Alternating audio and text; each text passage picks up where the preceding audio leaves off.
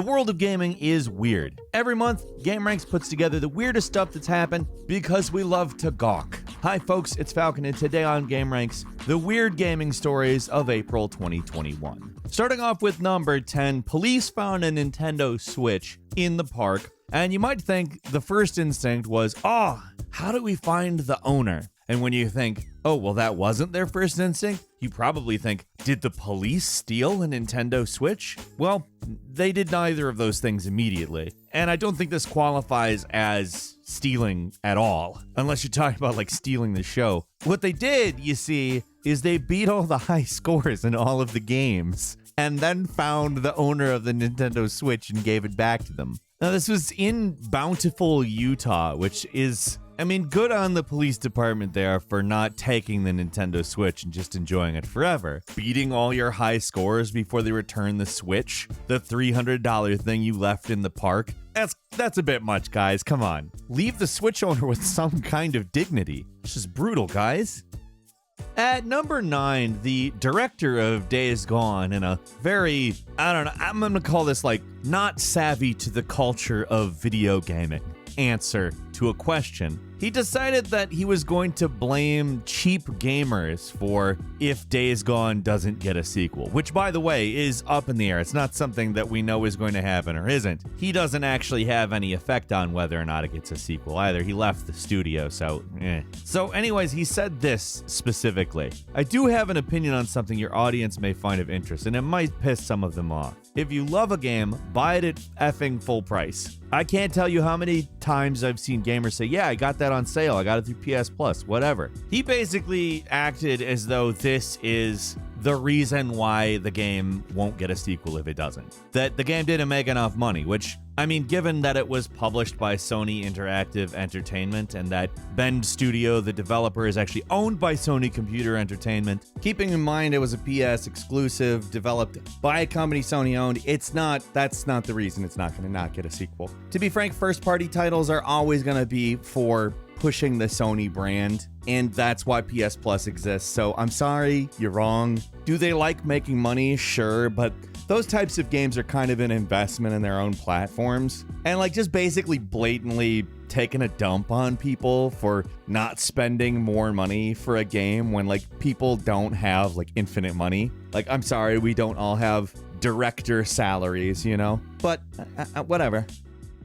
At number 8, Brazil might actually start fining developers and publishers $700,000 for including loot box mechanics in their games. Now, the objective is to completely ban loot boxes from the country of Brazil, which good on Brazil. I gotta say that. Another thing that came out in April was some more studies that linked loot boxes to problem gambling, showing that somewhere in the neighborhood of 5% of gamers generate just above half of the revenue from loot boxes, which is insane. A number of studies established unambiguous links between problem gambling and loot box mechanics. So honestly, more countries I think should probably be following suit on what Brazil is doing here, but they are also just at the beginning stages of this. It's an inquiry stage currently, so they haven't been able to ban or fine anybody for including loot boxes. But this, I kind of think, highlights exactly how insane it is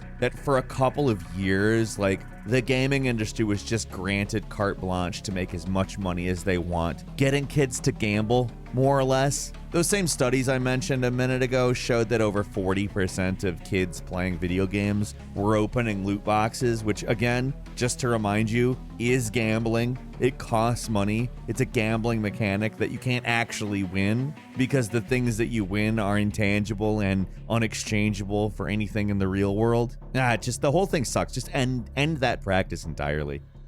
At number 7, I don't know how to really describe this one. This one is a really good April Fool's joke. It's this fake test of fake new Nvidia cards that just gradually gets more and more absurd. They've got this, what seems like absurd Nvidia card. You're like, that's not real. Is that real? That can't be real. And he turns it on. It's obviously fake because you've got a friggin' Coke can sitting on the table shaking, and it's ridiculous. It looks like something out of Airplane way back in the 1970s. And then after stuff goes wrong, The guy turns to another card, which is like 4 times the size. It's got like, I don't even know how many fans on it. It looks absolutely ridiculous. He turns it on and it causes like the electricity to blink and all of the electronics in the room to start smoking. He starts coughing. And what's annoying is that there are people who watch this video and like posted comments that say, fake. Like, duh, it's fake.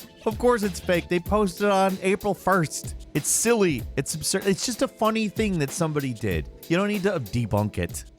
At number 6, the GameStop CEO, George Sherman. He's walking away from GameStop this summer with a $175 million payout, which is, by the way, much higher than the amount of money somebody gets leaving like an even much larger company than GameStop. And you can probably guess why, is because the meme stock thing that happened, the huge rally that made GameStop worth way more than it was a couple years ago. I mean, they've really had problems over the last few years, and now they don't, thanks to memes. I mean, it's obviously more complex than that, but so what happened is before COVID, they decoupled George Sherman's pay from the company's performance because they obviously knew that the performance was going to take a hit. I guess to be fair to the guy who was already going to take more money home than everybody else in the company, whatever. But I get it. I understand the idea behind it. So they gave him some stock instead, and you know what happened with the stock. So now he's sitting on an absolute ton of stock,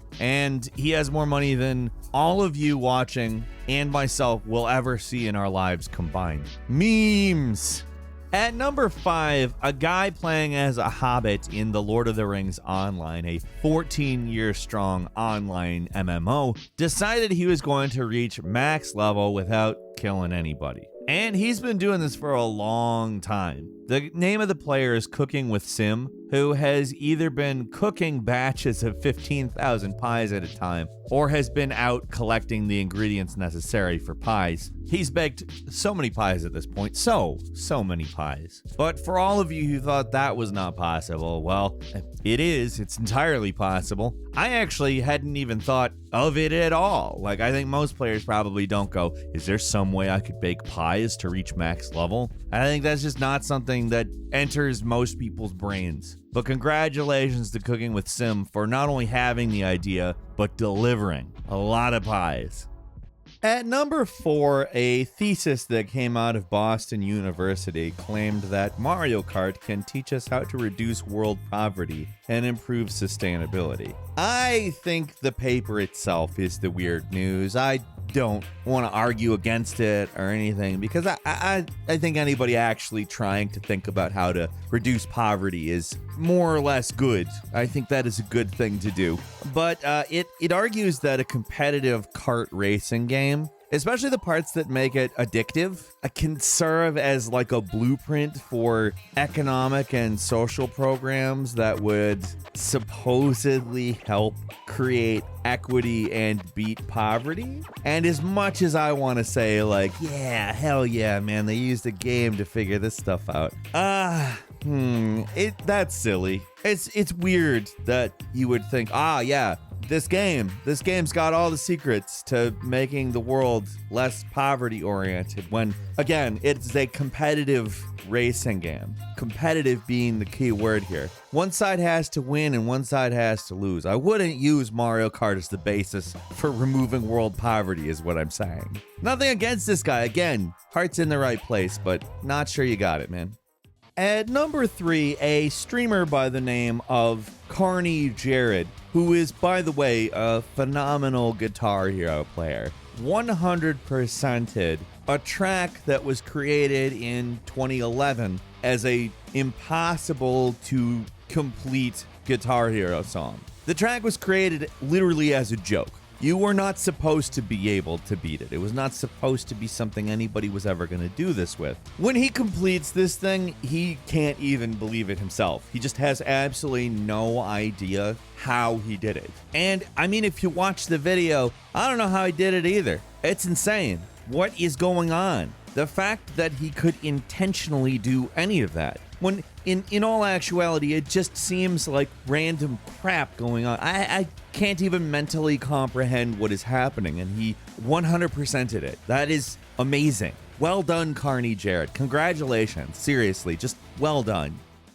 At number 2, somebody actually created for $22 in parts gloves that work in VR way better than anything else. Like, the thing that's a problem in VR with a lot of it is this problem in which holding things is kind of weird. Either you hold a hand controller and pull a trigger and that closes a hand, which is clunky considering the immersion that you're supposed to be feeling. Or a few other games have tried different solutions that are frankly kind of weird too. A guy named Lucas VR Tech made a open source alternative that uses strings and motors and does really good finger tracking, as well as actually like restricting your hand motion so it feels like you are holding something. That is compatible with Half-Life Alyx.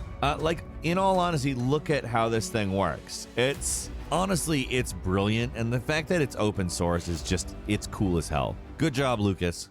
And finally, at number 1, some leaked evidence pointed to Electronic Arts pushing FIFA players to purchase loot boxes using some frankly questionable language. Now, EA, for their part, has denied. They said this is a sensationalized story with a misrepresentation of facts, and they defended themselves by saying, we don't push people to spend in our games, and claimed to offer a safe and fun experience, blah, blah, blah. But here's the problem. In these leaked documents that people recovered, this was just blatantly forwardly said. Players will be actively messaged and incentivized to convert throughout the summer.